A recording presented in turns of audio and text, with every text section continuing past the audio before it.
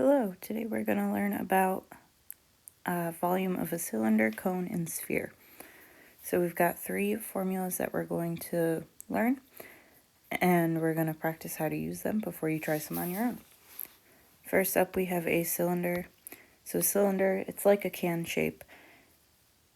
It's made up of a circle, so of course it has a radius, just like a circle does, and then its height is the height of the can. So our formula for volume is volume equals pi times r squared times the height. So pi times our radius squared times our height. The next shape we're going to learn about is a cone, which looks like the usual cone or an ice cream cone you can think of. It can face either way. It does not necessarily have to be facing the way you would say hold an ice cream cone. It can be either way. The cone's also made up of a circle, so it has a radius. And then the height is from that circle all the way up to the point. And our formula for a cone is volume equals 1/3 times pi times r squared times our height. And our last formula we're going to learn is sphere. So a sphere, you can think of a basketball or a soccer ball. It's made up of a circle, so it also has a radius. And the formula for a sphere is volume equals 4/3 times pi times our radius cubed, our radius to the third power. So those are the three formulas that we're learning today. You do not have to memorize any of these formulas. They are given to you on your state tests. You do not have to memorize them. Just keep in mind that because all of these are made up of a circle, they all have a radius, which is halfway across the circle. But sometimes they will give you the diameter, which is all the way across the circle. So you just want to always double check if they gave you a radius or a diameter. All right, so let's move on to our examples here. Our first example, we have a cylinder. So we're going to use the formula volume equals pi times r squared times h. And our radius is 2, so I'm going to plug that in for r. And then our height is 8, so I'm going to plug that in for h. The radius is 2 because that's halfway across the circle that makes up the cylinder. So I'm going to plug this in. Volume equals our pi times the radius, which is 2, squared, times our height, which is 8.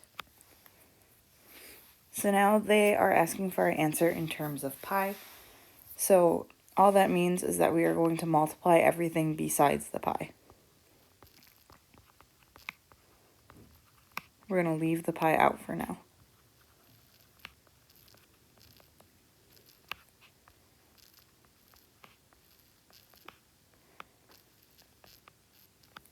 And how you do that is you're just going to put this part into your calculator. So in my calculator, I'm going to do 2 squared times 8. And when I do that, I get 32. So that means my answer in terms of pi is that the volume equals 32 pi. 32 times pi. And now if they want a decimal, the answer to the nearest hundredth, all we're going to do is multiply that 32 times pi, which you can do right in your calculator. Remember, you've got a pi button, so just 32 times pi in the calculator. The nearest 100th is 2 decimals. I get 100.53096, and it keeps going. So 2 decimals, The 0 does not tell me to round up, so my answer would be 100.53 inches cubed. Now that it's volume, we use cubed instead of squared. Squared is just area. All right, moving on to the next one. We've got a cone. So my formula is going to be 1/3. Well, volume equals pi r squared h. I'm going to substitute in my radius, which is halfway across the circle. That's 3 millimeters. Substitute in my height, which is 7 millimeters. So I get volume equals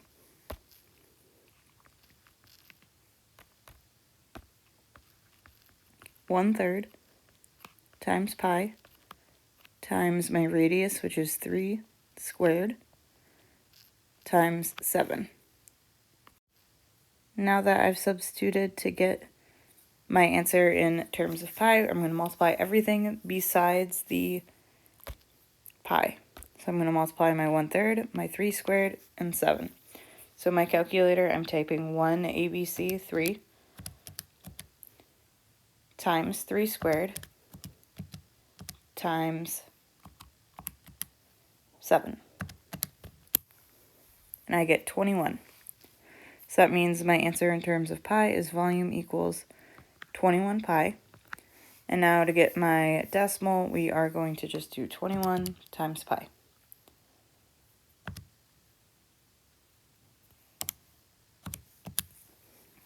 And I get 65.97 millimeters cubed.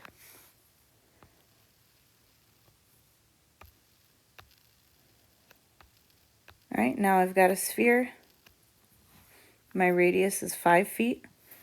And our formula for a sphere is volume equals 4/3 times pi r cubed. There's no height with a sphere because that radius is the same all the way around the sphere. So we're going to fill in our radius here. Volume equals 4/3 pi times our radius, 5 cubed. Answer in terms of pi, we're going to multiply everything besides the pi. So I'm going to be multiplying 4/3 times 5 cubed. So in our calculators, 4 ABC 3 times 5 caret 3. You do get a decimal with this one. So we're just going to round it to the nearest hundredth. So that I get volume equals 166 point, actually it's a repeating decimal, so we'll just do 0.6 repeating pi. Don't forget the pi. Now to get our answer to the nearest hundredth, multiply your pi through. So 166.6 repeating. I'm going to take my answer and multiply it by pi. I get 523.598. So that's going to round up. So again, that's 523.598.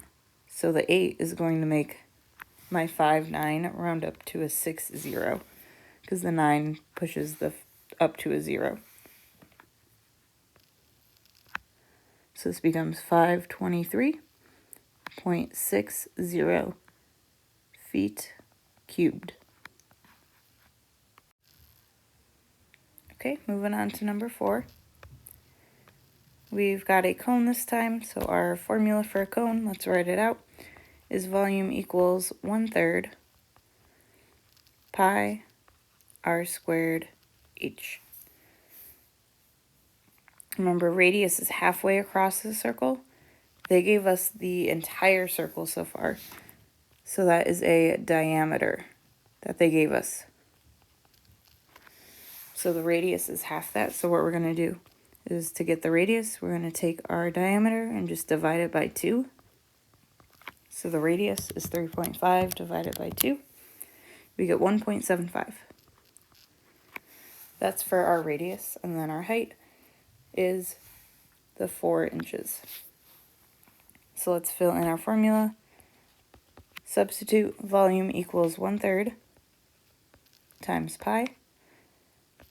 Our radius we just found was 1.75 squared. And then times our height, which is 4. Next, answer in terms of pi. We're going to multiply everything besides the pi. So we're going to multiply the 1/3 times 1.75 squared times 4. So in our calculators, 1 ABC 3 times 1.75 squared times 4. Again, I get a repeating decimal because of that 1/3, but I get volume equals 4.083 repeating, just the 3 is repeating, times pi. So now I'm just going to take that answer, multiply my pi,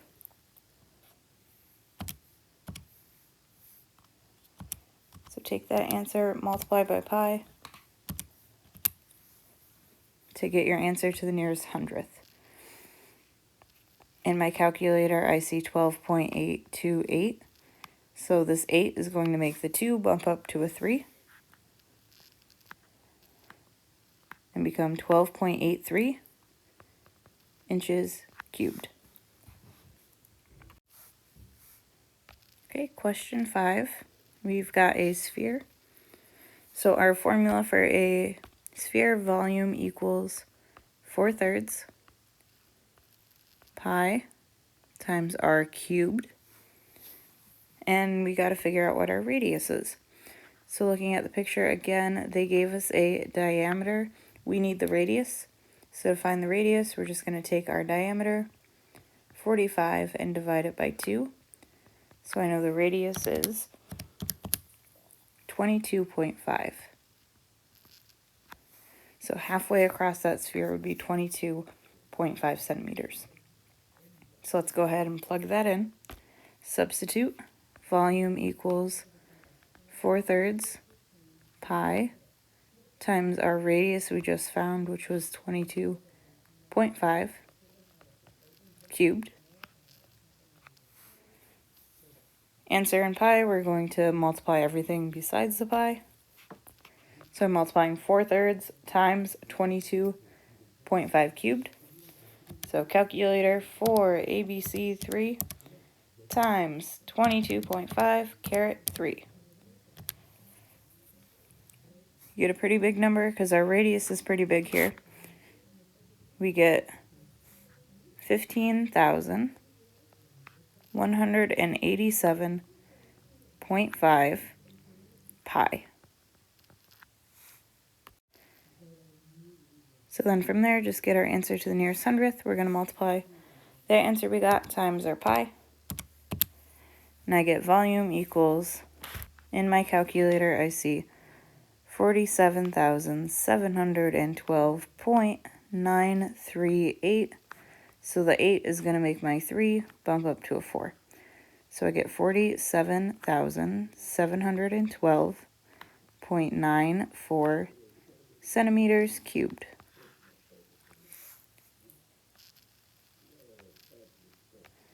All right, last question, number 6. We've got a cylinder here. It's a very short cylinder.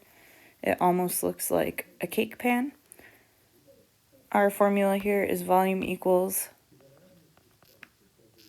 pi r squared times our height.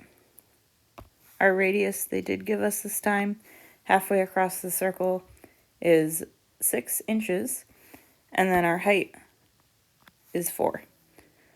So let's go ahead and substitute volume equals pi. My radius is 6, so times 6 squared, times our height, which is 4. Answer in terms of pi, we're going to multiply everything besides the pi. So 6 squared times 4. So grab your calculator, 6 caret 2 times 4. I get 144. So my answer in terms of pi is 144 pi. And now our answer to the nearest hundredth, just go ahead and finish multiplying. 144 times pi. I get 452.389. So that 9 is going to make the 0.38.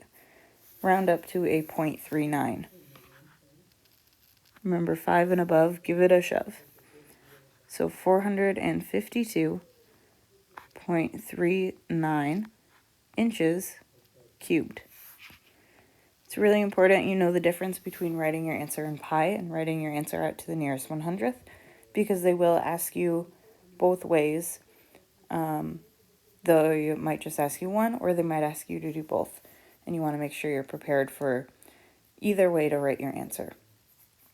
So that's it for our notes today. Make sure you keep these notes because you're going to be using them. Thank you for your time, and as always, let me know if you have any questions.